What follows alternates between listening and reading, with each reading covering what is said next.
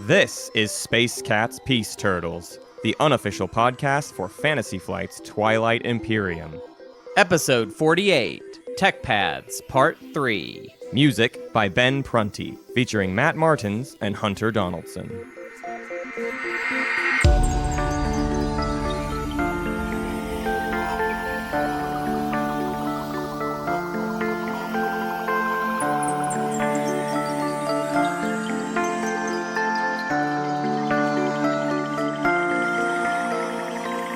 Hunter, I'm just so happy you're doing these little intros. Now you're a part of the intro. You're getting incorporated into the intro. Well, I heard it last week, and it actually sounds sounded all a right. lot better It's because it doesn't sound as just monotone, just like kind of one note. Oh, is that a dig? Well, yeah, no, I'm glad that I'm doing the episode titling from now on. Oh, is that the official announcement out of Hunter Donaldson? He is now the episode title boy. So now I do the He's the titleman. I am the episode titleman. And yeah, I mean, I just kind of nail it, you know, and it also sounds like in the intro we're having a conversation now. Like you're imagining us both in the same space. The conversation has already started and then the show starts and we're not awkward anymore at the start of the show because we've already started the conversation. Right. It's never awkward. Clearly we've discussed the title of the episode. Of course, and we've never been awkward on this show anyways. Never, ever. I want to talk about something really quick. We're actually recording this. Like by the time you hear this, we'll have already done this. But we are about to go do a live comedy show. Me and Matt and a bunch of other people. You're the comedian. Yeah. Well, Matt is too. And I want you all to know that it's the way the show works is essentially a comedian. This time, me. They write a script for a TV show they've never seen. It's a show called Spec Script. The show that we got was The Lone Ranger. So me and my partner, another comedian named Kyle George, wrote this script. And because Matt was so good at an Australian accent in the Mentak episode. That's a funny word. It was good. It was really good. Because it was good, in big air quotes, I wrote him this ridiculous Australian character who's actually sort of the bad guy, but they're sort of not a bad guy. And it's gonna be really fun, and I'm excited to do that later today. And someday it's also a podcast, so someday you guys will hear that. We'll plug it when it eventually comes out, or Hunter will plug it, and I will cower in the shadows. Right. So so let's start there. Do you think you're gonna bomb tonight? Yes, you think you're gonna, absolutely. I think you've written something with a bunch of Australian racist jokes, and people are not going to be into it. Not and race, I'm going to be the figurehead You're gonna be the face of it. This terrible decision you've made. Yeah. Well, I know that it's okay to dig on Australia. Sure. But between you and Kyle as the co-writers, it's kind of like, okay, well, who wrote the Australian joke? I don't know, but Matt's the one who did it. Right. So exactly. he gets the fury. Exactly. In fact, none of the characters that me or Kyle play do any of the racy jokes really at all. It's pretty much just you. And maybe one other person that has to do all of the jokes that a Portland audience might reject outright. Yeah. Thank you. But we'll see. For that. And first time on stage, 35% chance I just get booed right off. Right. No, they definitely won't boo. They'll blog about it. Yeah, they'll blog, and there'll be an article in the Willamette Week about last night at Kelly's Olympian, a podcaster. Yeah. Super nationalist night of comedy last night at Kelly's Olympian.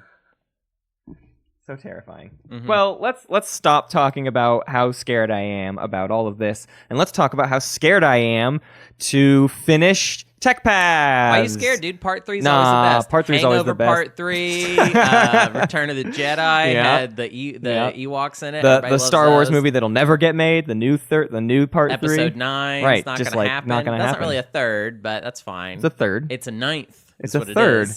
We'll have things in common with other ninths in other franchise films, like in Star Trek. Yeah. What was the ninth Star Trek movie? You got me.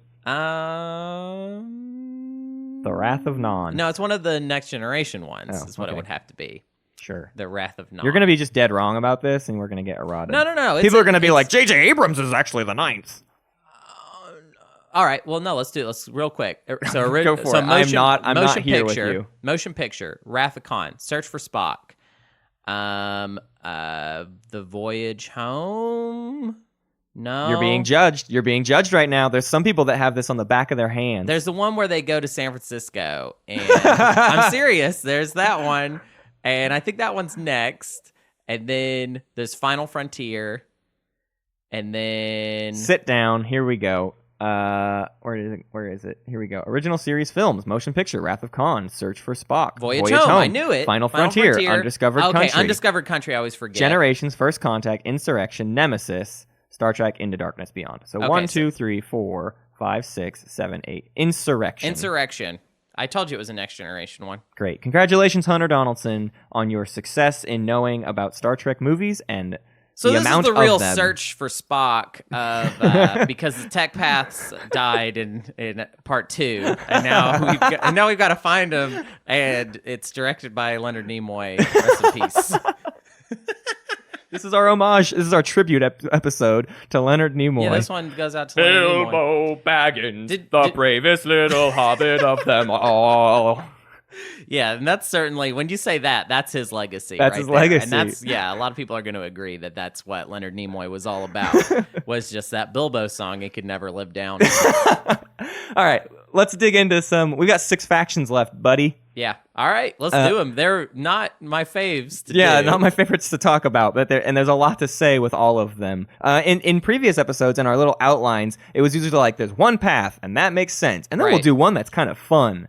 This episode, it's more like, here's kind of a path, and then I guess this one is maybe something else you could do, and just none of them are good. I'll say this, we haven't gotten like a lot of errata in general on the tech path stuff. Got a decent amount. I mean, we've gotten some, but not like, we haven't had that feeling of being like dead wrong. Right, I see what you're saying. And all of those people the out true there, sense of errata. Yeah, get call your stenographer in the corner now. Give him or her a very stern look and be like, "Are you writing all this down? Because we're gonna get them today. We're gonna get them today. Taking them to court because there are a couple of these. I'm looking at the outline right here, and there's a couple things that even now I'm like, well, when we get there, I'm gonna be like, well, all right. Like we're doing Embers today. Yeah. Oh boy.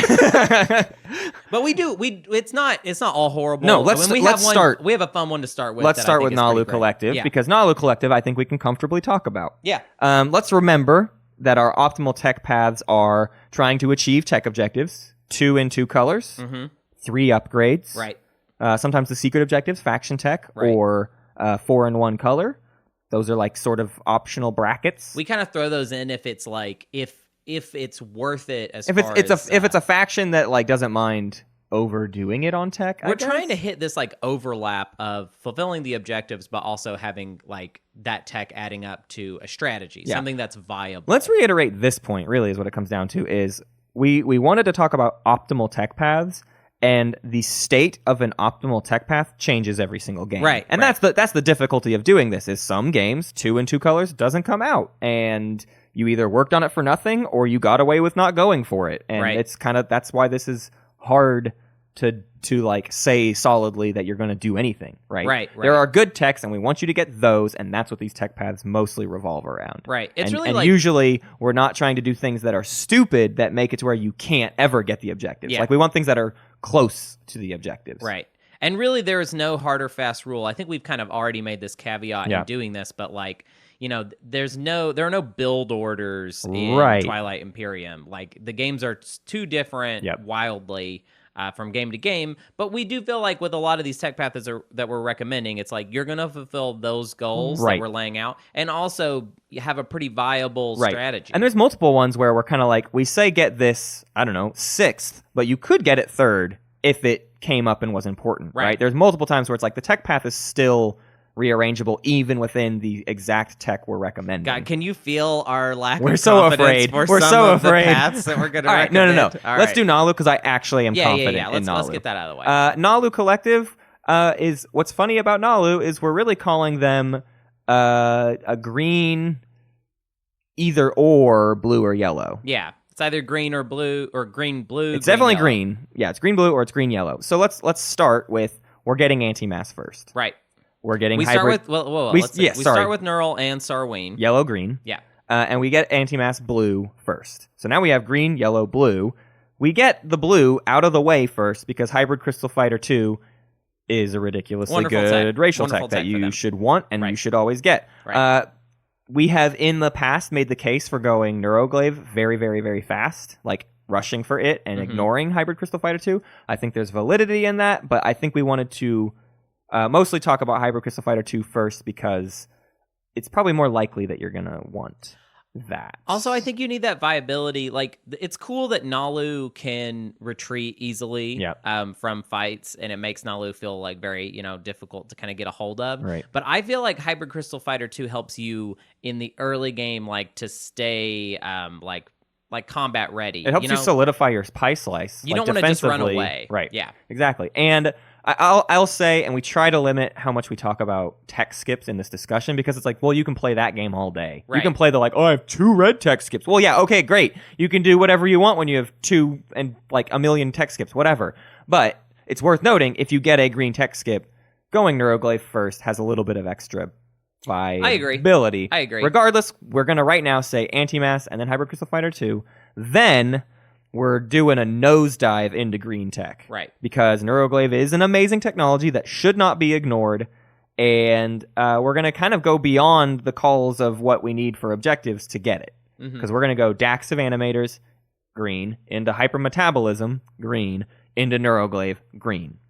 Both Hyper and Neuroglaive kind of have that same element of like the neuromotivator factor of like the earlier you get it, the more effective it's going to be. Right. Now, I think there have in the past been too much of a tendency to rush for Neuroglaive. Agreed. Like it's going to make your whole strategy. Here's why Hybrid Crystal Fighter 2 first works better, because if you get Hybrid Crystal Fighter 2 right away, you're setting up for Neuroglaive the entire time you're working on getting it. And then people haven't been paying attention. Like, you don't have Neuroglaive for the first few rounds of the game, and everyone's like, well, it's okay to, like, I'm not that afraid of Nalu. They're going to get it eventually. But then by the time you have it, they look over at your pie slice, and it's like, oh, crap, there are fighters everywhere. Like, in every single hex. This is what Michael did in our game the other day. It's like, I looked over at his pie slice, and it's just like, I can't go anywhere. I can't get to... I couldn't even get to other neighbors. Like, I couldn't jump across the map and go attack Arborec because there were too many Nalu fighters in the way.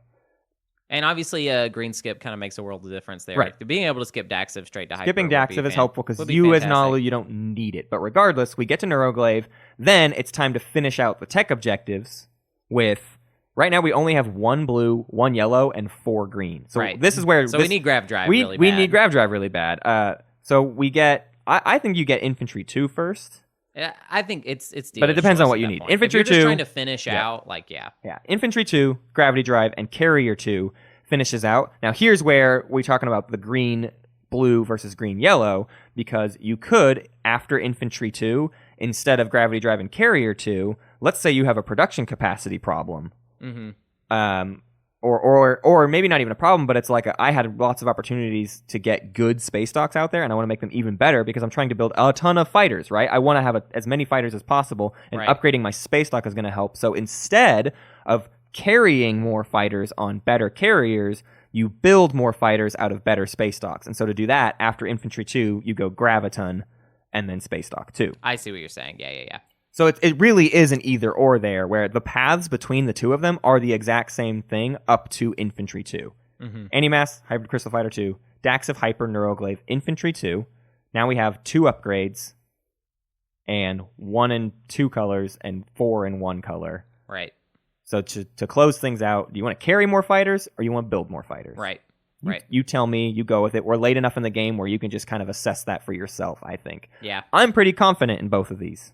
Yeah, I mean, I feel like there's going to be games where you're going to be in the middle of that Neuroglaive rush, and actually the right play is the more conservative play is to throw Grav Drive into the mix. Yeah. On your way there. I think that is something that's going to happen sometimes. Sure. And I think it's key to recognize it if you're losing too much ground. Yeah. If you need to, like, kind of, you're all spread out, you're trying to gum up the works or whatever, but it hasn't worked out really. You suffer too many losses. Yeah. Getting something like Grav Drive is going to help you, like, kind of coalesce back into, like, one functional, because here's what I don't love about Gravity Drive. My first thought is always, but I'm mostly wanting to build a bunch of fighters. And Gravity Drive, moving 1 fighter plus 1 is not especially useful. But that's not how you should think about Gravity Drive.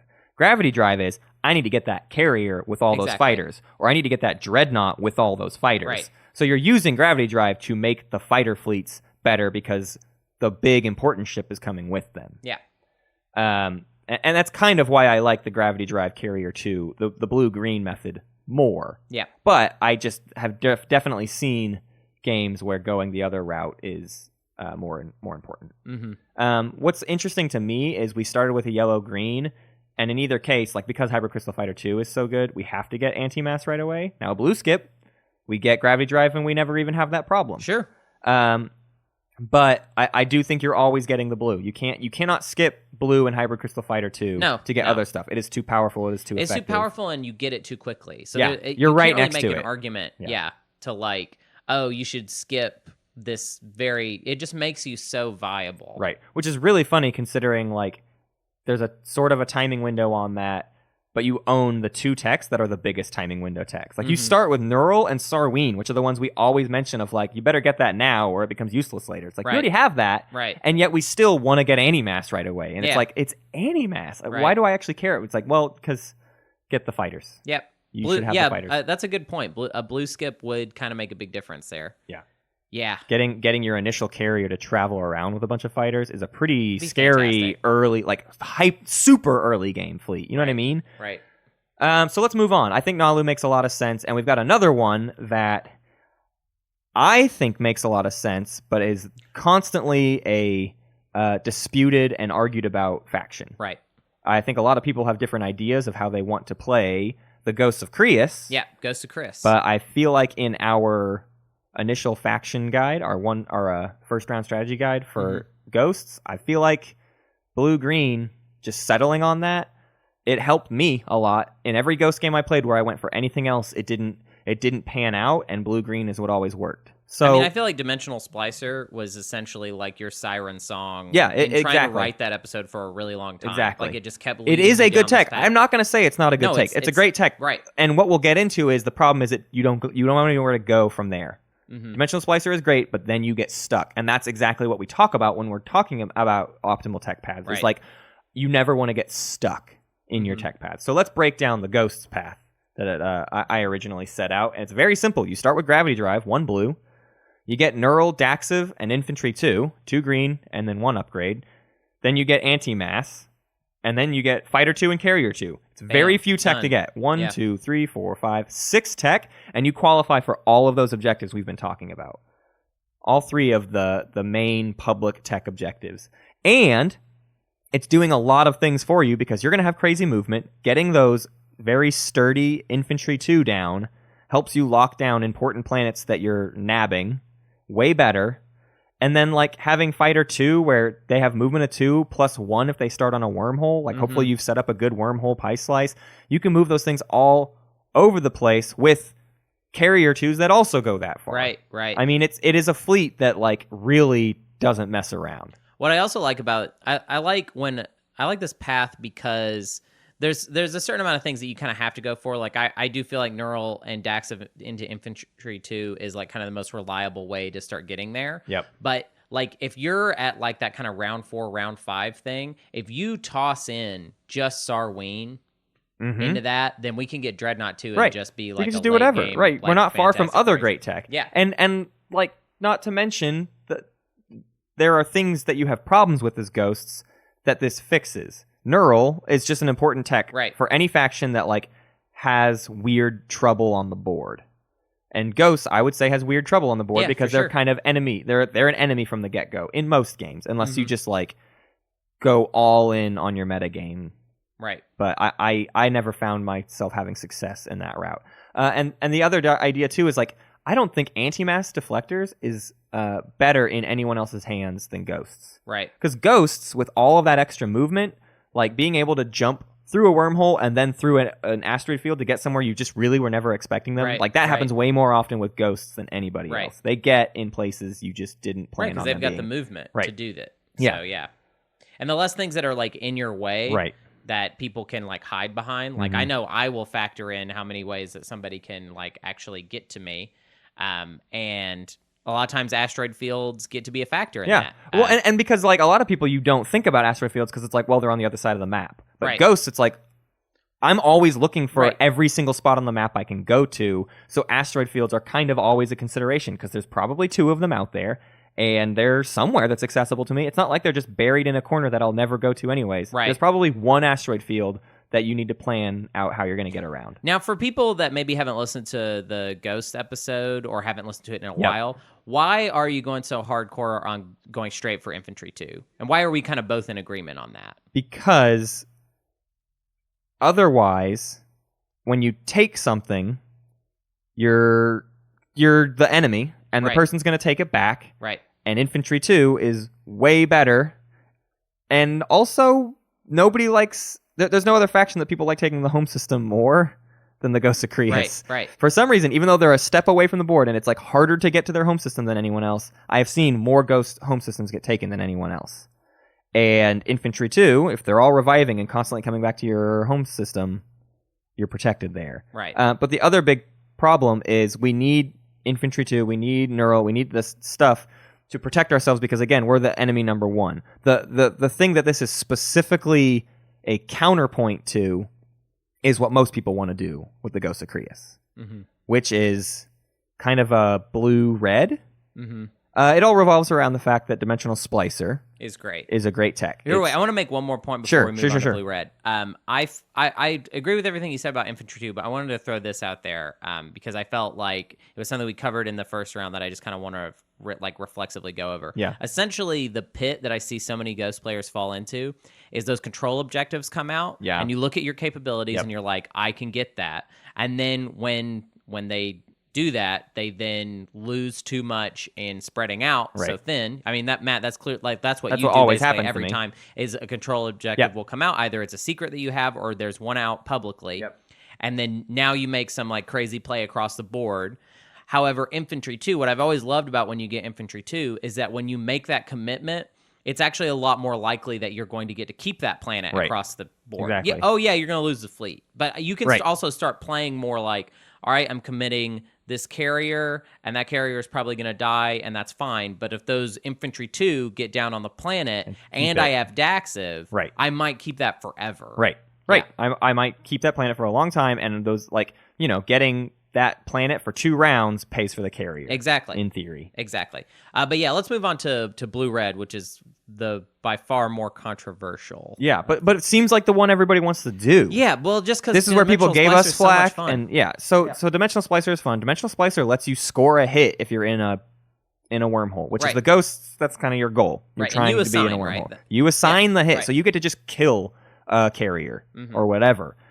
So in the blue-red, let's talk about kind of what you need to end up doing. Let's talk about the most optimal thing that you can probably do.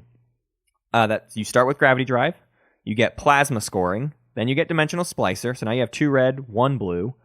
Then you get Sarween Tools, and then you get Antimass, and then you get Dreadnought 2, and then you get PDS 2, and then I guess for the third upgrade, if it comes up, like you have 2 red sitting there, so you get Destroyer 2. You could get Carrier 2 here as well. Right. We got our second blue. Carrier 2 is probably the better choice. But here's the big thing with the Dimensional Splicer play. The reason we get Sarween is because people like to do PDS Ghosts. They think it's really cool that you get to fire through wormholes. And if you get wormholes in your slice, you're firing. Your PDS get more range than any other PDS in the game. Right. Because they fire at everything adjacent, plus possibly 1 or 2 more hexes because of wormholes. The issue here is after Dimensional Splicers, you saw me start to get really like kind of muddy and confused about like what really was best to go for first, right? If I get blue, red, red, what do I need to rush to finish out some objectives? Do I get 1 blue and a carrier 2? Or like if I'm doing this red path and I'm not getting Sarween and PDS 2, what use is Plasma Scoring to me? Not very much at all. Or Plasma Scoring can be useful with Dreadnought 2. It just feels like it branches out too quickly. Right. And none of them are specific enough. It's that the tree just all of a sudden becomes very, very wide, and nothing feels like a perfect match for what you're trying to accomplish. Yeah, because, like, I mean, if you're going to go a hardcore, like, Dread route, like, why don't we just plop Duranium armor in there? Yeah. You know what I mean? Like, that's something that would be helpful. And this also leads into, like, people say War Suns are best with Ghosts of Creuss, which they are. I agree with that.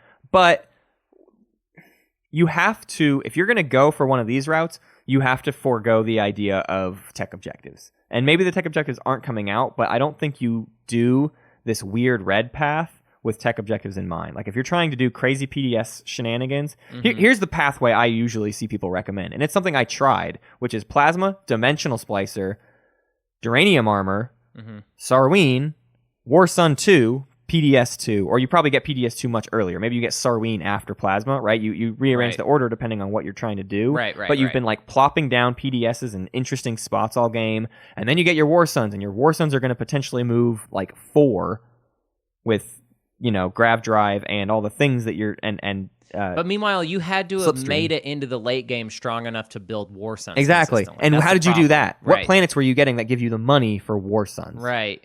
Almost none. Like it's very hard to, if you're not getting infantry too, and if you don't have neural to like help kind of write your checks, then you're running out of steam. Like War Suns are too hard to actually afford to ever incorporate into a strategy. It's crazy to think about though, because like now that you just laid it out that way, I'm thinking, well, what if you didn't even, like, you just use Dimensional Splicer as a deterrent for the early and mid game, and it you works just as plop that. down like wormholes everywhere in your slice, and you're not even using them you're not even going through them. Right. You're just a literally defensive maneuver, building PDS, and like that's what I tried. And the problem is, if you're playing that defensively, what are you doing? What are you doing with your stuff? Like, are you scoring any points? Are you doing? That's the problem with it. Is it's cool plays. You do really cool stuff as these like PDS War Sun ghosts, but I don't think you win games. And also, I want to say something against the PDS thing. I've never really liked it too much. Because it requires use of the Creuss IFF in most cases. Oh, well, that's certainly true. But let's ignore that because that's like a more difficult thing. On the base level, if you have PDS2 as Ghost, well, you already had to plop down the PDS on Quan or Lodor, which means that it can only go to Quan or empty space that has a wormhole in it. So like people... is it really worth that much more? What is it getting you? Now, Creuss IFF does like kind of open up the ballgame, but you got to do weird neighbor shenanigans with Creuss IFF, and how much do you spend making that work for you? And then the third option you have with the PDS is you plop 2 on your home system and use your flagship, and it just gets a 2 pre-fire or 3 pre-fire with Plasma.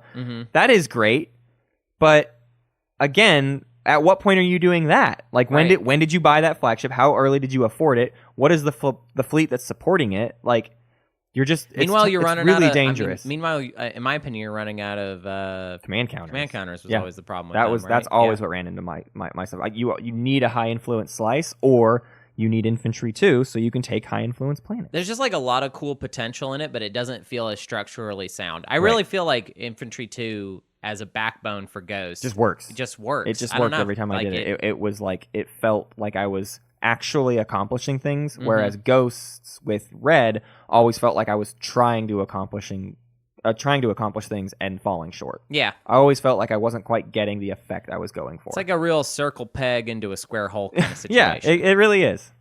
Yeah. But argue with us on that, because you will. Yeah, go ahead. Because it's the most tempting to go down Red with them. Here's what it really comes down to, and this is what we established in the first episode, is that blue-red is just less efficient. Blue-green is efficient. Like, look, all the stuff we got for just 6 tech. We got a fleet that complements each other. Right. Whereas this other path, we had to get 2, 4, 6, 7, sometimes 8 tech to like get fleets that like truly work in conjunction with one another. Right. So I don't know. Yeah, change my mind. Right? Yeah, come at us. Honestly, what is it called? Red Knot. If Red Knot was a thing, then that changes this the would whole change scope. everything. Right. But Red Knots is a fan variant that turns Dreadnoughts into, instead of blue, blue, yellow, it makes them red, red, blue. Yeah. Basically makes red tech a little bit more desirable. Right. So let's talk about this next. Oh my god! I can't believe we put them back to back. The ones that we did. Let's Hunter, do you want to take the? Yeah, sure. Take the frontal assault of the Embers of Muaat. I'll clean it up. We're going to do Embers of Muaat now, which I don't know if it's just because I had to think about them for so long in my life, but every time I say that, I feel like I kind of black out a little bit. But also, I mean, I gotta say, I think this is my least, the one I hate the most, tech path wise. Yeah. I think it's my most hated race as far as tech paths go. Right. Um, It's also my most hated race of like, what kind of fleets do you even build? Right. What are you actually building as the Embers of Muaat? And I think that's what makes the tech path so difficult. Is kind of like, I don't know what are the best ships to get to help this one crappy war sun that I have. Like what are you doing as the Embers of Muaat? I don't know. Hunter, tell me the. Well, you start with plasma. Yeah. So that's okay. Good. That's an extra bombardment. It's fine. 4 on a 3 bombardment. It's fine. Okay, we want to take plasma. planets. I don't hate plasma. Yeah. So the first one we're going to recommend is like the one that I kind of painstakingly like worked on, which was the classic debate, which is between do you sprint for upgrading your war sun, or do you just get gravity drive and be done with it? Those are the two main ideas. I think in general, gravity drive and be done with it is the more reliable, but I also know that with Embers, there's no telling. So how does gravity drive and be done with it go? Well, we get anti-grav. Anti-mass. Anti-mass, yep. That's not confusing, y'all. Anti-mass, then we grab gravity drive, and then we throw Sarween into the mix, and then we can kind of just go wild for upgrades for a minute, and that's kind of dealer's choice, but what we qualify for is PDS 2, Dread 2, Carrier 2, and then we got to finish that off with, I would say, Graviton, or if you had a red script, you could throw a Duranium in there, but you got to... And there's two things you're doing with that, right? The reason we did Gravity Drive is because to go for Prototype War Sun 2, it takes much longer to get your War Sun going where you want it to go. And basically your argument was like, you need that War Sun doing stuff sooner. Right. And Gravity Drive gets it where it can go places. You essentially can't do anything until your War Sun can do stuff, basically. Right. You're trapped. And so what you're complementing that, like, I get a faster moving War Sun, not as fast as it could be, because yes, Prototype War Sun 2 is like sort of better, but it's slower, and it's not like Embers need to move slower. They're a slow race already, and so you complement that with let's get the defensive stuff. Yeah, let's get PDS 2, let's get Graviton, so that we can at least be also dropping PDS in our pie slice, so that while our War Sun is off doing what it needs to do, we're not completely dying in our poorly defended pie slice. Yeah. And I know some people probably balk at the idea of, like, why am I even going down Sarween? And I feel like what it comes down to is just being able to qualify for those upgrades, like, in a timely manner. Right. You know, I think Embers actually has a lot more, they can get a lot more value out of going down green. They have a massive command counter problem. If they can ever make it to hyper, that would be amazing. Right. But now, how much tech are we talking about? You know what I mean? And how unoptimal is that? Yeah. The problem with Embers has consistently been that they have way too many needs. Yeah. They're a very, very needy faction. Yeah, I mean, you could talk about blue-green. You could do the exact same build as any other blue-green faction. You just start with Plasma. That's out of the way of it. But anti-mass gravity, and then... Neural, or you get Neural first, right? You always get Neural first. You get Daxiv, you get Infantry too. But the argument against the green route with Embers is your War Sun is usually doing most of the damage first. Like, to have War Suns and Infantry 2 is always a little bit overkill. You could have spent your money on other stuff. Right, yeah. So you needed 4 bombardment. Right. Because you start with Plasma. Right. So you needed 4 bombardment and Infantry and 2. A bunch of... Right. So, like... How much do you have to focus on taking these planets? And now that's all you can do. And now, congrats. You didn't improve any of your other fleets. And as everyone knows, War Suns are actually like really one direct scary. Hit. One direct hit and you're done. Right. And so that's why also we get... I like that you get Dreadnought 2 in this plan. Even though it's like, but I want my War Suns to be better. It's like, no, you want your War Sun to be protected by more things that can do sustained damage. Yeah, you just need more viability, basically. Right. The other argument is like maybe fighters. Maybe that's where the Neural comes into play. Is like you get Fighter 2. Yeah. But I just don't think it's as clean. I don't think so either. Because I think PDS helps. I think PDS helps Muaat more than anything else. Well, I think what we saw consistently was that Fighter 2 wasn't enough to make the difference, really. Right. That their needs are more even though you can generate fighters, like out of nowhere. It doesn't cost anything. But it's like, it's one command counter, and you almost never had the influence to afford just pumping out fighters like that. I consistently in because you don't have the sole advantage of gaining an extra command. Right? No, you don't have. They can plop infantry down, and plopping 2 infantry on a random planet is way better than plopping 2 fighters next to your War Sun. Next to your War Sun, and that's it. And the other thing is that they just consistently run into a command counter problem. Yep. So like, it's like they really do have to pretend that War Sun is. It's like the way I kind of think of Embers is that in the early to mid game, you are kind of a slave to your War Sun. Right. Basically, your War Sun is almost a handicap. It's your only carrier. And the reason I throw Dread 2 into the mix is because the second I get Dread 2, I can just start playing them like I got a War Sun on the house, and that was my faction ability. You started with 12 extra trade goods. Yeah. Uh-huh. That's spent okay. on a War Sun that I had to spend. So not really trade goods at all. Right. But yeah. Let's talk about the other path, though, because if we don't talk about it, it's not doing a good we're doing a disservice to the Embers of Muaat. Sure. Here's we want to get Prototype War Sun 2 tech path, and this is what we kind of put together as like if we're trying to do it as optimally as possible while still reinforcing our War Sun, this is what you would need to get, and this is why we don't propose this. First, Sarween tools, then Mage and Defense Grid. Yeah. Then Duranium Armor. Okay. Then Prototype War Sun 2. Then, what else do you qualify for? We need 2 more objectives. BDS 2 and good old Destroyer 2. Reliable and Destroyer 2. Also, don't forget, Matt, you got to throw Graviton in there somewhere. We just have to pop another yellow in. Right. And so, as with most of these things, you can always, get PDS 2 kind of whenever. We got Sarween first. So, you can defend your Pie Slice, right? That's not the worst thing in the world. But you're not rushing for Prototype War Sun 2, and that's the problem. Is if you're not rushing for Prototype War Sun 2, I don't know why you're going down that path. Right. Because I don't feel like finally upgrading your War Suns in the very last round of the game wins you any games because you're not doing anything up until that point. Right. So you have to rush for Prototype War Sun 2 for it to have any effect on your game. Which is why Gravity Drive is a better upgrade. Right. And God forbid you miss tech at some point. Yep. We're not talking about, this is not a rich faction. Right. Yeah. This is not a given that you're going to get. You're going to spend all of your money on tech round 1 if you're getting tech at all. And then that means no good other luck fleets. If you lose your War Sun. Yeah. If you lose your War Sun, you're done. You're done. And you also only took 1 system round 1. Yeah. It's kind of questionable whether or not you even buy tech round 1 as Embers because of how little you start with. Right. And so even the getting Gravity Drive quick is that might be round 3. Mm-hmm. Even with trying to go for it fast. Mm-hmm. That makes Prototype War Sun 2 round 4 or 5. Right. It's too late. Yeah. It's just too late. God, their tech game is one of the worst things about them. Basically, It is the worst thing about them. Their tech game and their command counter economy issue.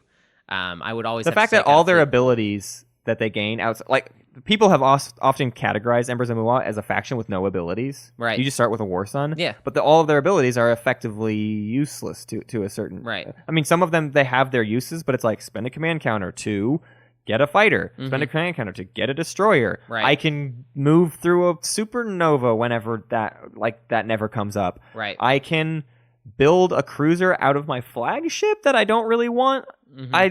Just none of it works, and they didn't do enough abilities that just actually make the War Suns better because they were terrified of you having a War Sun early game, and it is terrifying, but it's one of those things where maybe they scaled it back too much. If yellow green was better, maybe that would be something. Maybe, but again, the infantry with a War Sun just doesn't make sense. Right? Yeah. Why is that? What it just it's doesn't work for me. On? I don't know. Yeah, I mean, because it would be. I've always thought the flagship ability would be cool if you had a lot of command counters and cruiser too. Right. That might be kind of interesting. And that's what people have proposed too. Is I plop if I pump my flagship kind of out in the middle of the map or just towards the center, and then my carriers or my cruiser 2s are pumping out there, they can kind of go anywhere. Sure, except for it's 1 cruiser 2 per command counter that you use. So just where are you getting? Mm-hmm. Yeah, the only reason you want green is because you want hypermetabolism, and is that enough command counters to save you? I don't know. Anyways, they need I think in order to be viable, what they need is a skip in almost every color. If not, all of them would be pretty useful. That'd be great. If they had, I think that's gonna be my new strategy. Yeah, there we go. For Embers just get a tech skip in every color. If you could just get a tech skip in every color with your 1 War Sun that moves 1. Then you'll be good. It'll be great. You'll be great. Let's move on to a fun faction now. Yeah. That's what I want to do. Yeah. I want to talk about the Xxcha Kingdom. Yeah. Xxcha Kingdom has a weird route. They have fun colors. It's a green-yellow. Yeah. We'll say that up front. With a little spice of red thrown, a little red pepper flakes thrown in that green-yellow. But the first thing I want to bring up is some good errata we had on our first episode. People kind of like were thinking about Xxcha before we really started talking about them, and I want to call out some good talking points that we're going to respond to in our Xxcha discussion. So LMAO31 said, if you grab all of your defensive techs when only one would have sufficed, you wasted a good amount of research on dead techs. And You Got It responded within that same kind of talking point of having easy access to PDS2 without actually needing to buy it is like acting like a rattlesnake. You scare them with the threat of retaliation if they enter your territory. So the main thing these two people are getting at is Xxcha Kingdom does not necessarily need PDS2. Right. And I, to a certain extent, agree with this philosophy, which is that your flagship is better than PDS2. Sure. And you're getting that on the board as fast as possible. That is always part of my strategy with Xxcha Kingdom, is like, as soon as I can afford that flagship, I'm putting it on the board. Because it's better than any just like plopping down PDS. But plopping down PDS doesn't hurt because you're getting all the tech that improves your space cannon abilities. You start with Graviton. You want to get Plasma because you would rather your flagship roll 4 on a 5 as opposed to 3 on a 5. And so why not upgrade the PDS2? And so both of these two are saying, well, be in range of it, but you don't have to get it until it actually becomes necessary. I mean, I like it so much, and this is why I like it. When you're playing Xxcha, you have a use and a real need that you can translate into a strategy to take construction. Yeah. Which means if you want to do that, you can pretty much always do that. Right. So if you go for PDS2 as Xxcha, you can use PDS2 to get you through the early to mid game. Exactly. And then by the time we get, solidly into the mid game, that's when you can plop down your flagship. And by that time, it's like over. Yeah. It's like there's nothing that can be done about Xxcha's slice by that point. Right. You could do it the other way. You could be like, I'm going to worry about trying to get the flagship first. But if anything goes wrong in that point, you mess up your whole economy. Maybe. Yeah. I don't know. I go back and forth on it. Let's lay out our initial path that we see. Right. So they start with Graviton, then Neural, then Plasma, then PDS2 is what we're saying. That's what I'm saying. These people are the people that are disagreeing with us are basically saying, like, don't get PDS2 right away. Just hold off on it and get it when it comes up or when you do need that final upgrade. Yeah. But for a while, hold off on it. So what are the other techs we're going for? Sarween. Well, Sarween to get the second yellow. I don't know. It gets really weird. I have to kind of outline a bunch of thoughts in here to kind of explain this path that I wanted to do with Xxcha because there's a lot of things at play. Going too fast.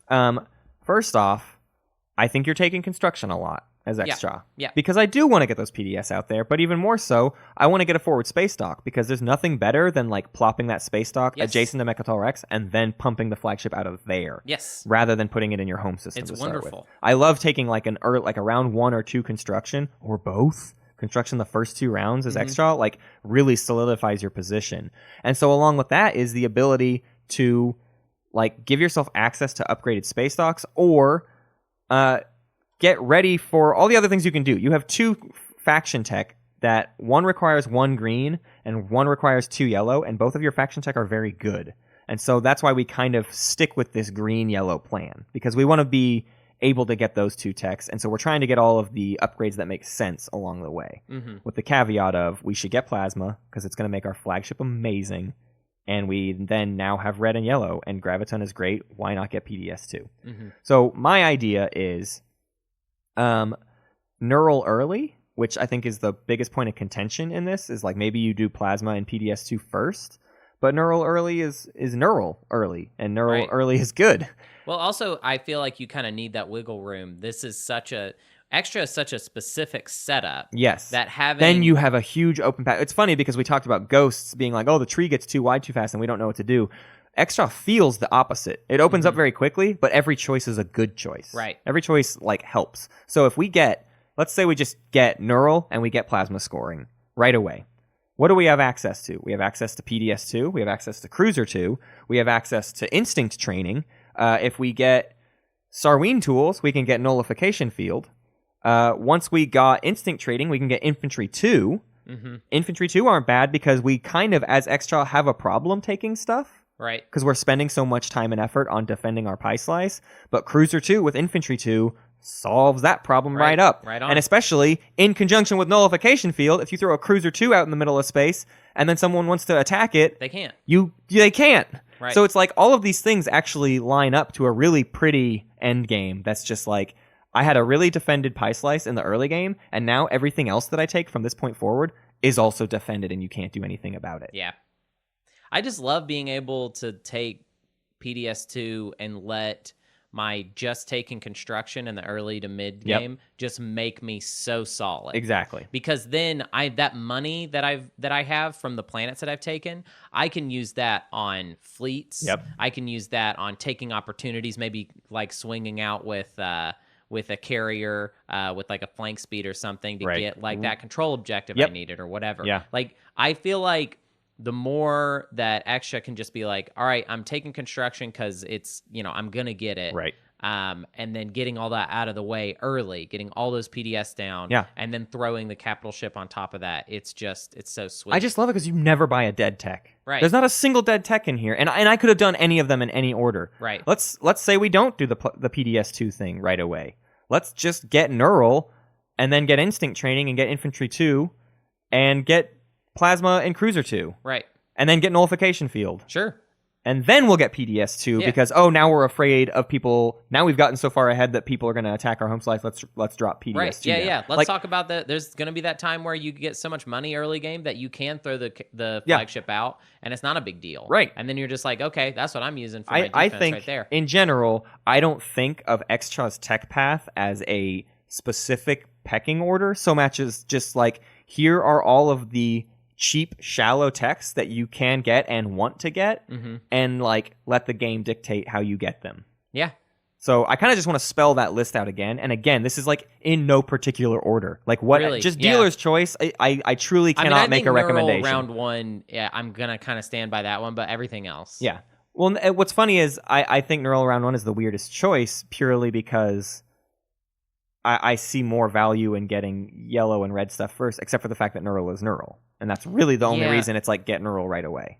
I think even in my way of like, I like PDS2, but I don't feel like you need them that early. Yeah. I don't think you need them round 2. Right. And getting Instinct Training early.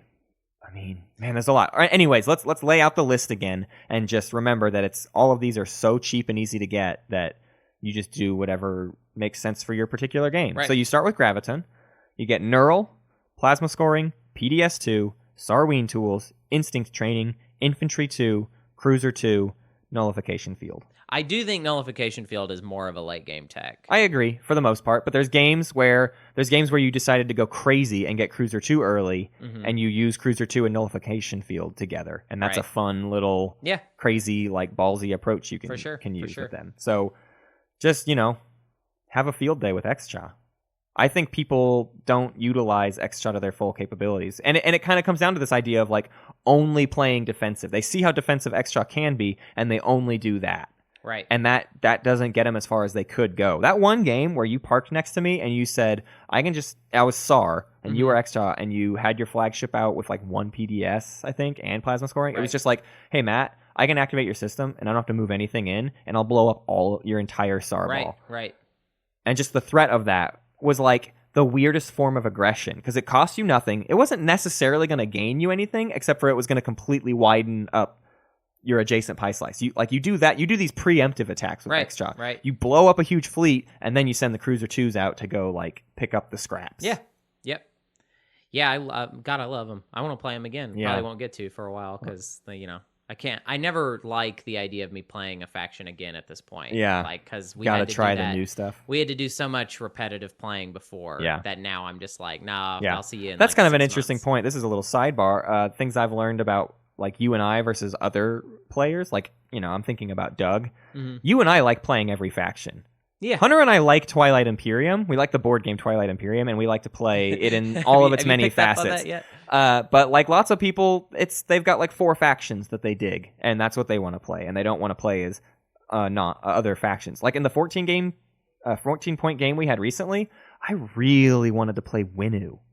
Weird. Isn't that weird? That is weird. Isn't that stupid? It's because you won. I want to on stream that time. Well, but I want to do it again. No, that wasn't what I was thinking though. It was just like I like to think about what could be done, and I want to see how things can be different. Right. I don't want to just like play a faction and do the best thing. Like that's kind of why everyone talks about like Soul is boring to play, because there's one really great strategy that you just should do as Soul, because it's why wouldn't you? But honestly, though, I've gotten this weird curiosity now. That's what I'm saying, is I want to try the different stuff. And that's why with Winnu, it's like I want to just keep exploring that space and see if I can find something. And I felt like 14-point games would give Winnu a chance to actually do stuff. Because the problem with Winnu is they never get things going fast enough that they can't. It's hard to win in a 10-point game because it happens so quickly. Right. But a 14-point game, I don't know.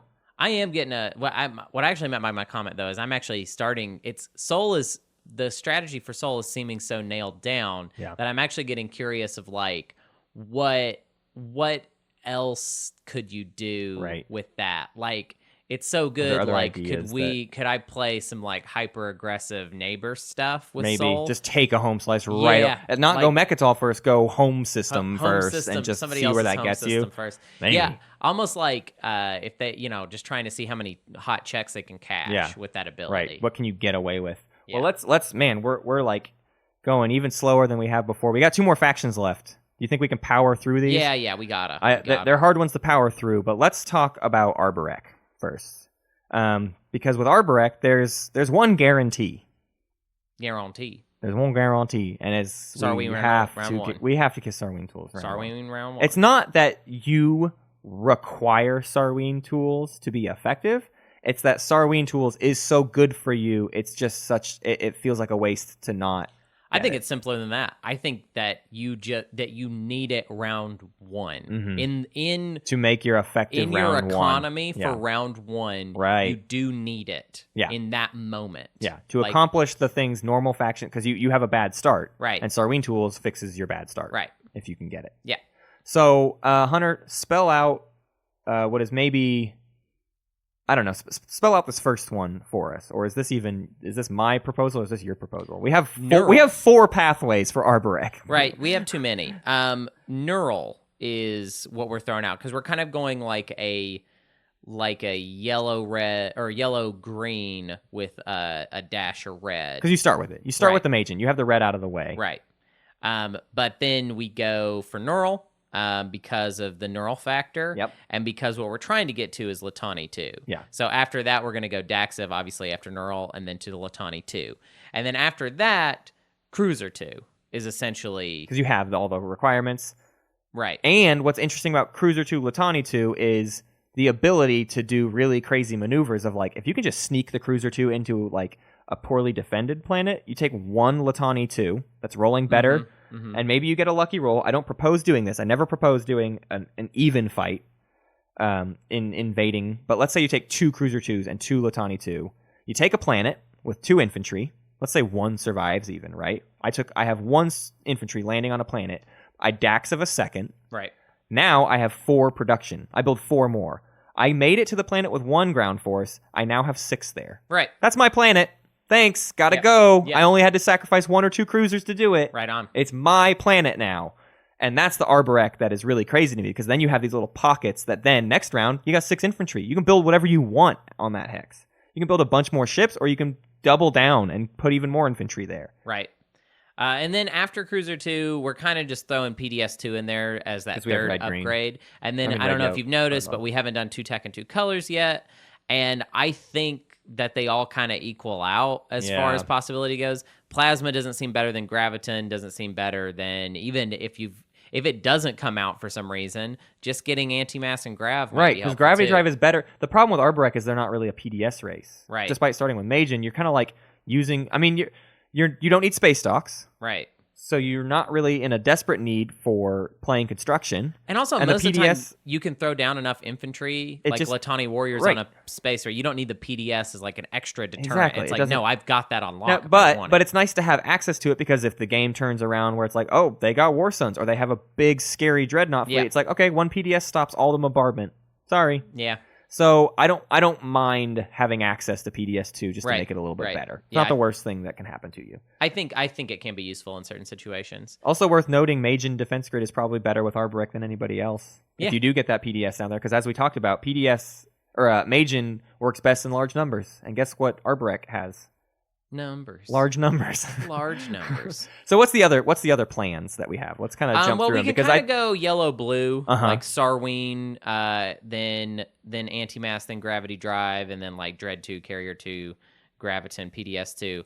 That one's not, it's not horrible. It's just that we're really just being like, okay, so our Latani are just going to do it, and we're not going after Latani 2. Yeah.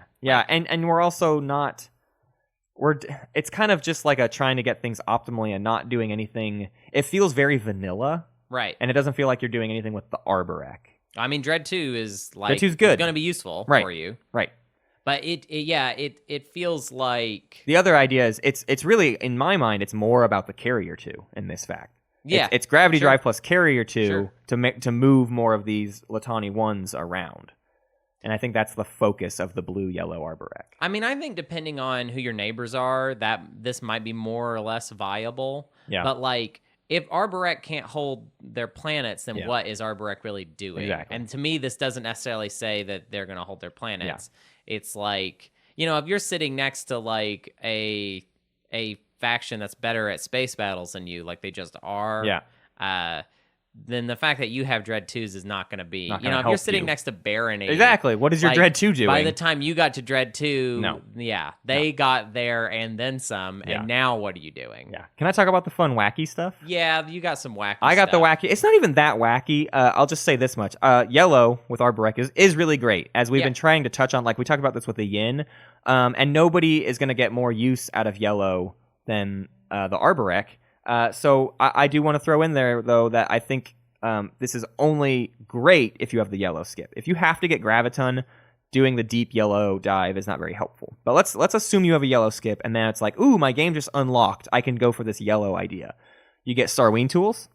You get transit diodes as your second technology. So now you're moving 4 infantry wherever you want. It's worth noting that, bioplasmosis is functionally the same as transit, but I think transit is better. Right. Because bioplasmosis, yes, you can move any number of infantry, but it is only during the status phase. And the flexibility of being able to move whenever you want during the action phase, I think makes transit better. Also, with this yellow skip, we're imagining you're getting it like round 2. It's like you're getting it fast. You're making a lot of use out of it very early. Yeah, so you're going to do it over and over every round. And with that yellow tech skip, we're getting integrated economy, because nobody uses integrated economy better than Arborec, because the timing window is you take the planet, you can build on the planet, and then there's the production step. And we talked about recently with integrated economy, it is kind of specifically designed to build a bunch of infantry. It's not actually useful for other effects, because you can only spend the amount of dollars that the planet is worth. But you can build any number of units, which means fighters and infantry are the whole point. So if it's a 2-resource planet, you can drop 4 infantry as soon as you take it. That's even better than the Cruiser 2 scenario that we lined out, because after you do that, you have a production step. So let's say I took a planet with 1 infantry, then built 4 more infantry. Now I can build 5 more things. Right. Immediately, in the same activation with integrated economy. I can build 5 more infantry when I take Mechatol Rex, or in this case, Mechatol Rex is worth 1, right? So I can build 3 more infantry. I can have 4 on Mechatol Rex the second I take it. Mm-hmm. I said 3. I meant 2. I have 3. Whatever. I'm getting the math all fudgy. But the point is, like, you take a planet and you immediately lock it down, and either drop even more infantry or like get the space ships where you need to have the spaceships. But obviously we've only gone for yellow, so now we need to get some other colors, and blue makes the most sense here, because blue-yellow is a good combo as opposed to blue or to yellow-red for Arborec. Yellow-red just isn't viable for Arborec, but we're about to break that down. But anyways, Anti-Mass, Gravity Drive, Carrier 2, Dread 2, get PDS 2 as the final upgrade if you need it. Sure. There's a decent yellow path. It's weird how much my opinions on Latani 2 have changed. Yeah. It's because we realized, generally speaking, infantry 2 is great. Right. Reviving infantry that fight better, and in a game where infantry are very important. We never cared about the production 2 of Latani 2, and I still don't think that's the best part of Latani 2. Right. The best part of Latani 2 is that they fight that they're better ground forces that revive. And then you get to keep them. Yeah. So I mean, I think that's how I feel about that. Is I wish Latani 2 was in there, but why would we get it? And we already have transit diodes. Something else. Transit diodes. Like, what we've always explained is transit diodes and Latani 2. You don't need both. Right. It's too much. One or the other works. Let's talk about that yellow-red path though, which I personally don't think works, but I've seen people spell this out and seen people bring it up. So you start with Magen. If you get Sarween tools, you can get PDS2. Bam. You're at red-yellow. Why not get plasma scoring? Since you started with Magen, you don't need a Magen skip. There's some logic there. I got PDS2. Plasma scoring makes that better. Now I'm only 2 tech away from War Suns. Right, or, I mean, if you need to finish out 2 tech and 2 color, we could throw a Graviton in there. Yep. Or you could go for Duranium and War Sun, and let's just be crazy. Yeah, let's That's just be crazy. crazy. It's crazy because it doesn't... because War Suns aren't good enough. It always comes down to War Suns come out too slow. Right. Now, in a 14-point game, this is a completely different conversation. Right. But I don't think you're defending your Pie Slice with PDS that often. So I think getting the plasma scoring PDS2 thing doesn't help enough. Really, the only logic behind this is that because you have Magen, you're already in a decent pathway to go for War Suns, and people are always trying to find justifications to get War Suns. Right. And I think you will have games where it works. Yeah. But it's not doing you any favors in the mid game. That's the problem with this strategy. There's no mid game here. Mm-hmm. Yeah, not at all. Hunter, we got one more. All right, one more. We've got our favorite faction. Everybody's actually, I mean, I think it's just hard for them to get their tech thing done, but the paths are fine. The paths are fine. The problem is they don't start with anything, so it's just like a pure you just start walking down the road. We're talking about the space duds. Hey, you're at a crossroads. And there's 4 different paths you could take. And just pick one. None of them are better than the others. Right. Actually, Sardakk, you could just go back to the beginning when we talked about good tech paths in exactly, general, and just because we're just going to recommend the good tech paths. The good tech now, paths. there's their racial tech kind of play a factor. There's a factor, and it's Exotrireme 2 being able to blow up, completely destroy 2 units for killing your Dreadnought is... Which we love. We're not balking at that. Blowing up your own and then people try to play up how good Valkyrie Particle Weave. Valkyrie Particle Weave is. Let's start with what makes the most sense, though. Yeah, let's start with Green-Blue. Green-Blue, because again, Green-Blue is the best tech path. We call it Soul N'orr. The Soul N'orr get Neural, they get Anti-Mass Deflectors, they get Fighter 2, they get Daxiv, they get Infantry 2, they get Gravity Drive, they get Carrier 2, and then for extra pickles, they get Sarween 2. I mean, Sarween 2. They get Sarween Tools, and then they get Exotrireme 2. You got all of your good stuff, and the reason we really love this one is, A, it's one of the most optimal paths, because Green-Blue is optimal, and 2, for Sardakk N'orr, more cheap units is better Fighter 2 is than a good less. upgrade Fighter for 2 their is a advantage. great upgrade for what their advantage is. Having a bunch more things roll 1 dice roll better is better than having a War Sun that rolls 1 better. Yep. Statistically speaking. Kind of the same idea for Infantry 2. Yeah, you know? Exactly. Improving those infantry help you take stuff, and they're going to roll better, and you're going to have more of them. So Green-Blue, to me, is the main one that makes sense. Right. Now, we throw in the blue-yellow idea because some people want to get Exotrireme really, really fast. Right. Because what our Green-Blue does is it puts Exotrireme 2 off for a very long time. It basically doesn't even think of it as a factor. No, it's not really. We're just throwing. We're just close enough that it's like you can still get it. It's kind of our saving grace of like, yeah, you went Green-Blue, but hey, you're not that far from Exotrireme 2, so you should still consider it. It's us working that idea that the tech objectives don't come out, and then what do you do? Yeah, because then you just start doing whatever you want strategically. Right. But so blue-yellow, we call this the Exo N'orr. You get Sarween. You get Anti-Mass and Gravity Drive. You go right for Exo 2. You got it. You did it. Fast. Yay. And then you could do Carrier 2 and throw in Graviton to finish it off. And Space Dock 2 as a possibility for not bad. Yeah. Because the thing about Sardakk N'orr is they've got 2 planets that if you put 2 Space Dock 2s in your home system, you can pump out a lot of stuff. Right. The thing I hate about it, though, is I didn't get Fighter 2s and Infantry 2s. And the things I want to pump a lot of stuff out of are those 2 things. Yeah. So it kind of doesn't balance itself out. Right. But you got Exotrireme 2 fast. I just don't think that is as good as getting Neural, which that's the big thing we didn't talk about with Green-Blue Sardakk, is what does Sardakk N'orr need? They need a comeback mechanic. Yeah. And Neural Motivator is that. Action cards get you comeback opportunities. Right. They need that wiggle room of that. Honestly, Sarween Tools I don't think is especially useful for Sardakk N'orr because you don't need 1 extra trade good to build stuff. It's not that it's not useful. It's that it's not enough. Right. It's not enough to fix your problem. But Neural Motivator you might get the action cards you need. Right. Let's break down how a Valkyrie works and why we don't like Valkyrie Particle Weave. Valkyrie Particle Weave as a tech in and of itself is fine. I think it is a good tech, but it's similar to other problems we've described where it doesn't go anywhere. It doesn't get you anywhere that increases your advantage. If Valkyrie Particle Weave was like on the path that let you also get infantry too, like if it was like a blue or green, and we could just throw it. Oh my God, we would just. Here's what's disgusting about what they did to Sardakk N'orr. They gave Sardakk N'orr no tech, zero, and then they made their two tech.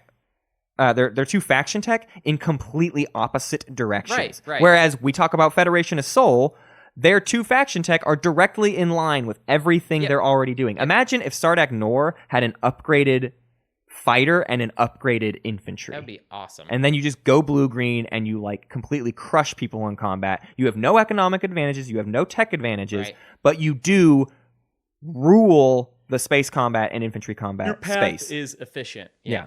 But let's talk about how you do something with Valkyrie Particle Weave. Valkyrie Particle Weave requires 2 red, which means it's not a Magen skip, which is bad.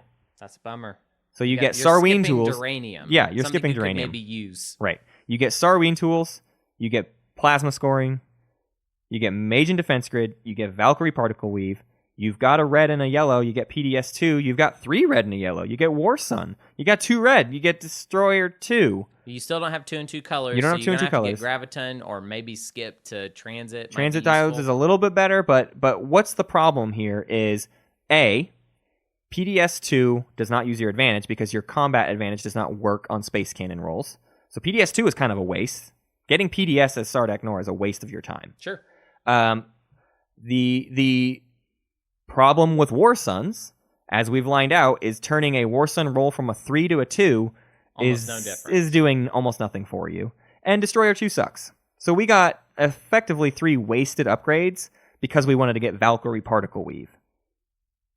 Don't get it, guys. I don't get it. You don't have the... It doesn't get to... The reason people get Valkyrie Particle Weave is because they have 2 red skips. Yeah. It's like, okay, yeah, great. I would too, yeah, I'll do that. Sure, why not? But no, I think I kind of actually, the more I look at it and the more games of Sardakk I see and play, I feel like it's green, blue, or nothing else. Right. It's either green, blue, or you accept that you're not getting tech objectives, and you still go green, blue because that's improving the things you get the most statistical advantage out of. Like, It's just green, blue. Fighter 2 with Sardakk N'orr is crazy good. Infantry 2 with Sardakk N'orr is crazy good.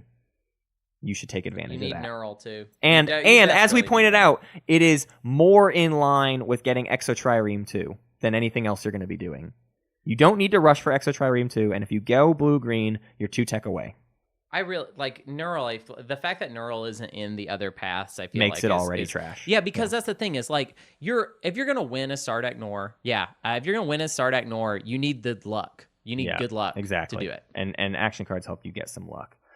Okay. Hunter, we did it. We talked about all 17 factions tech paths in 3 episodes plus 3 days. In 3 days. Yes, it only took us 3 days. Doesn't make it sound that. It's not as impressive. Darn it. But let's move on. Let's do some rundown before we get to the errata. Sure. What do you say? Let's do it. You can go to our Twitter at SpaceCatsPod for game updates and announcements. You go to our Space Cats Page Turtles for announcements. You can ask us questions there. We post every single week on the Twilight Imperium subreddit. You can discuss things, and that's how you get included in our errata that we're going to be getting to here in just a bit. You can also post on our BGG Guild, Board Game Geek. We'll take errata from there. I also have a calendar that has been relatively updated recently. Nice. So, yeah, I'm not doing Round too of bad. applause for Matt. Yay! Also, email us, spacecatspieceturtles@gmail.com for submissions to This Imperium Life and Play of the Week. That's where you send us your favorite stories from in-game moments of Twilight Imperium. We have a Patreon. We're very close to kind of like rolling out phase 2 of our Patreon, so look forward to probably next week talking about that a lot more. So we're very excited for what we want to do and what the future holds, and we hope you'll join us. Even just $1 is helpful. If every single person that listened to our show donated $1, Hunter and I could start doing this kind of stuff like full time, and we could generate even better content because we would have all day to do it. And that sounds wicked fun, and hopefully would result in like some crazy in-depth stuff that we are currently not able to do. Projects that sprawl out. Yeah. And all different kinds of You can also join our Discord for fun conversations and also gives you access to some of the Patreon benefits. Please rate our podcast on your app of choice, preferably Apple Podcasts is where most of the ratings come into play. It increases visibility and makes people know more about us and about Twilight Imperium in general. Yo, so I'm Hunter. I'm a comedian. What's up? I'm going to throw 2 dates out at you where I'm just performing. I haven't been producing as many shows lately. But on September 16th, at the Slide In at 7:30 p.m., you can see me on a really great comedy show called Sincerity is Gross. And on September 21st at 8 p.m., you can see me at the Ape Theater in Portland, performing stand-up on a show called Standing Upright at the Ape. And also, tomorrow, I was a guest on a podcast called Laughing in the Dark, which is a podcast that my friend Sarah runs, where she interviews comedians in like haunted places. And she's had some pretty interesting guests on it, including if you know who Kyle Kinane is, she'll be interviewing him shortly for the show, and also me. So like Yay. It's like me and that guy are like the same. 2 people. We're the same person. And yeah, you can listen to that tomorrow. That comes out Wednesday, September 12th. Let's thank those Patreoners. Yeah, let's thank our space kitties, Jimbo V, Jimbov, Jada Pake, and the cartographer of chaos in Mac We Trust. Also, Chief Ulfsark, Captain Scott, and Rolo, Ledgerman of the Cones. All right, let's fade away and jump into the errata. Yeah.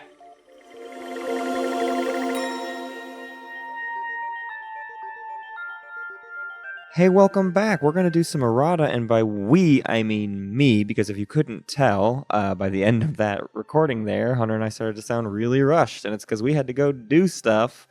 So now it's just me recording the errata, because we did a fun little show last night, and I'm about to put this episode out, and I got to record some errata before I do that. So you're hearing this potentially minutes after I record it. Isn't that fun? Isn't that a fun peek behind the curtain? But no, we have some things to add to this Optimal Tech Paths discussion from 2 weeks ago. And I just got a couple things, and these are ones that I'm kind of just going to read and let it sit. There's not even a whole lot of response I specifically have. These were other ideas within the Tech Path discussions we were having that I thought were worth bringing up because Hunter and I didn't touch on them. So the first one is from Tom Booms on our Board Game Geek Guild, and they say, if you aren't going for non-Euclidean shielding or Duranium, this is as the Barony of Letnev, why get Dreadnought 2? Your home system is the highest production capacity system in the game besides a triple space-docked Hakan, so blue, green for awesome fighters, infantry, and carriers to get them there is amazing. Plus, your reroll ability, which I normally never use, becomes more feasible when you have more plastic that probably missed. I think this is a pretty smart idea that you never see Barony really go for, because it just always feels like, well, I should just do big capital ships. But like, you can have a big production capacity. You can, I think the problem with this is because you have 2 additional fleet supply, it always seems weird to have that fleet supply be used for like 2 advanced fighters. Like if I get to have 2 additional fleet supply, I want it to be dreadnoughts.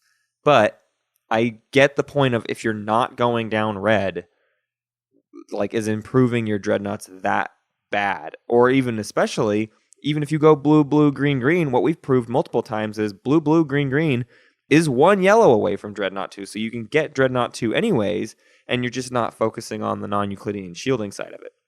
So I think this is worth trying. I think having lots of infantry is always good, and having upgraded infantry is always good. So I don't know. I don't think this is nothing, but I get why people don't do it.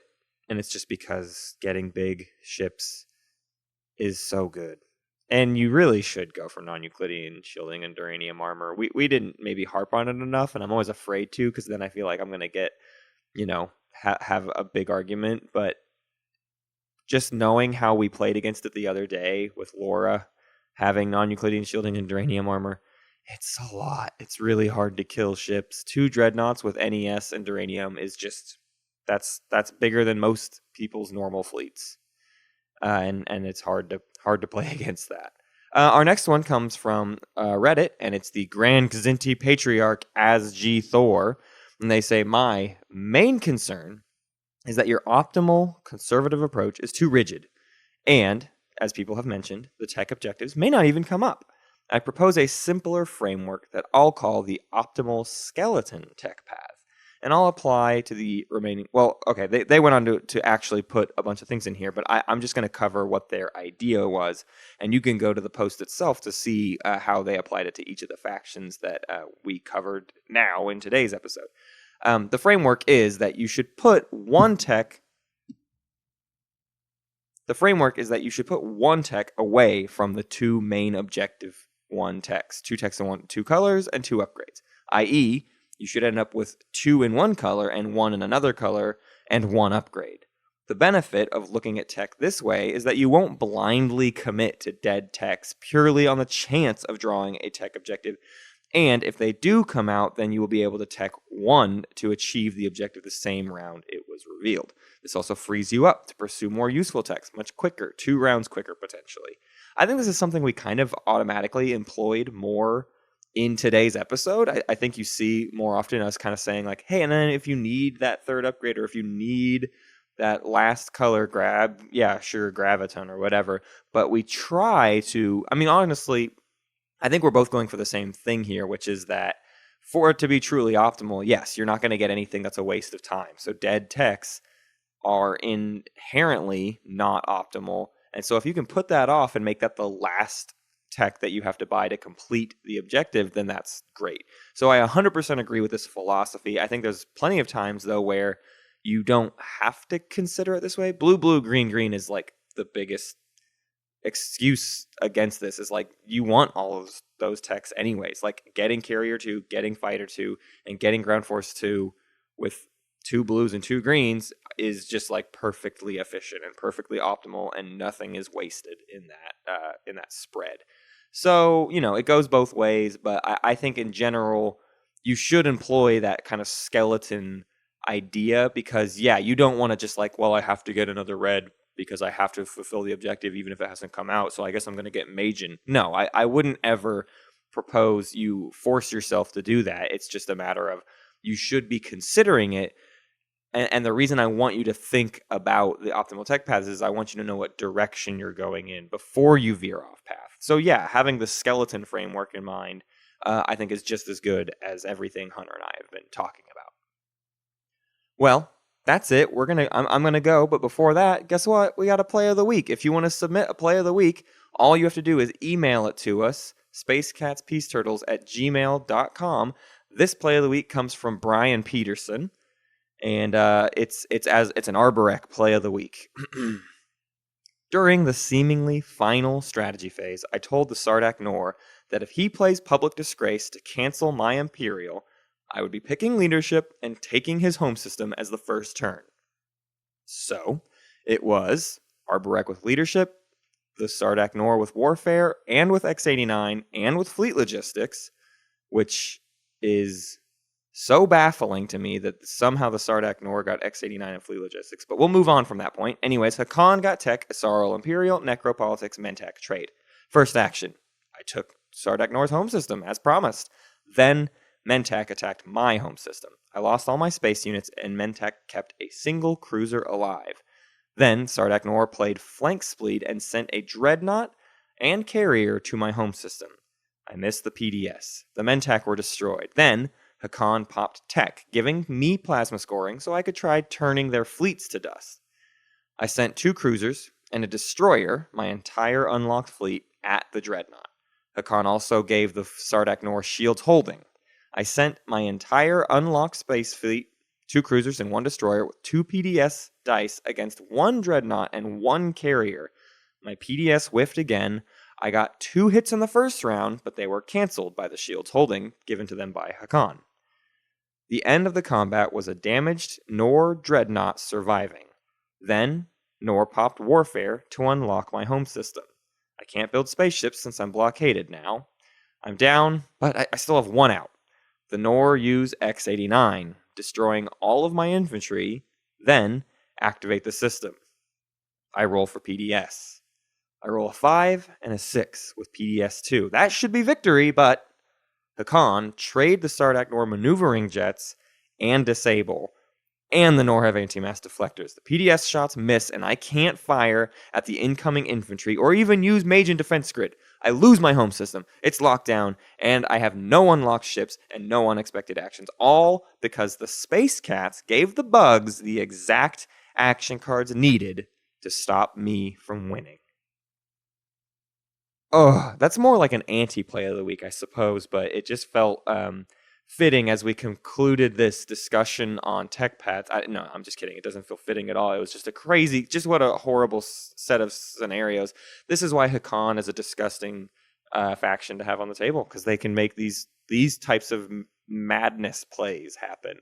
Just like everyone has access to two people's hands if they really want to, and that makes king-making scenarios just a total free-for-all. Anyways, thank you so much for listening. And we'll see you guys next week. Guess what? Next week is our 1-year anniversary. We're 1 year old. Technically, we're 1 year old, like, tomorrow. We're going to have a special episode next week. And we can't wait for everyone to listen to it, because we're excited to be a 1 year old baby. Goo goo. Bye bye. Thank you for listening to Space Cats Peace Turtles, and thanks to Ben Prunty for the use of his music. You can find more at benpruntymusic.com and benprunty.bandcamp.com. Pax Magnifica, Bellum Gloriosum.